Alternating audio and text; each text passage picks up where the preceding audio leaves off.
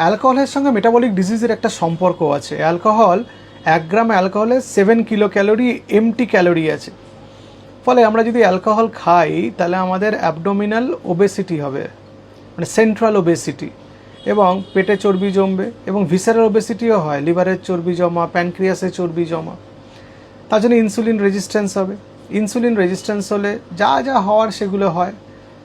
শরীরে ওজন বেড়ে যাওয়া, কারণ ইনসুলিন রেজিস্ট্যান্স হলে ব্লাড ইনসুলিন লেভেল বেশি থাকবে, আর ইনসুলিন আমাদের শরীরে ওজন বাড়ায়, তার জন্য আরও ওজন বেড়ে যাবে, লিভারে চর্বি হবে, ট্রাইগ্লিসারাইড বাড়বে, এইচডিএল গুড কোলেস্টেরল কমবে, এলডিএল ব্যাড কোলেস্টেরল বাড়বে।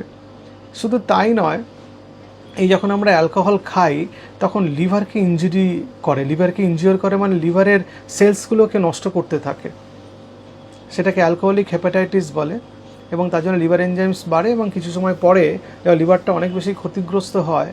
সেই স্টিলেট সেল কথা আমি বলেছিলাম না, ফাইব্রোসিস করে, হেপাটিক স্টিলেট সেলস, সেই লিভার ফাইব্রোসিস হয়, পরে সেটা থেকে সিরোসিস হতে পারে।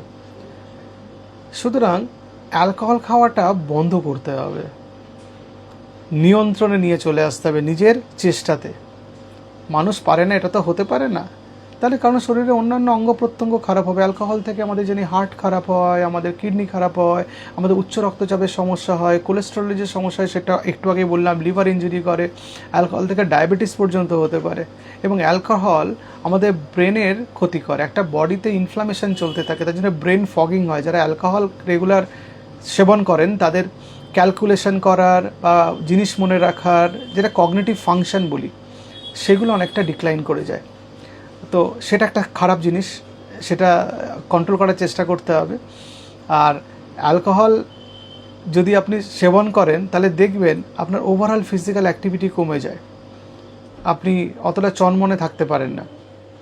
সেই জন্য বলি অ্যালকোহল বন্ধ করে এক্সারসাইজ করা, গুড ফুড খাওয়া, ওজন কন্ট্রোল করা, এগুলো করা দরকার যদি মেটাবলিক ডিজিজ থেকে বাঁচতে হয়।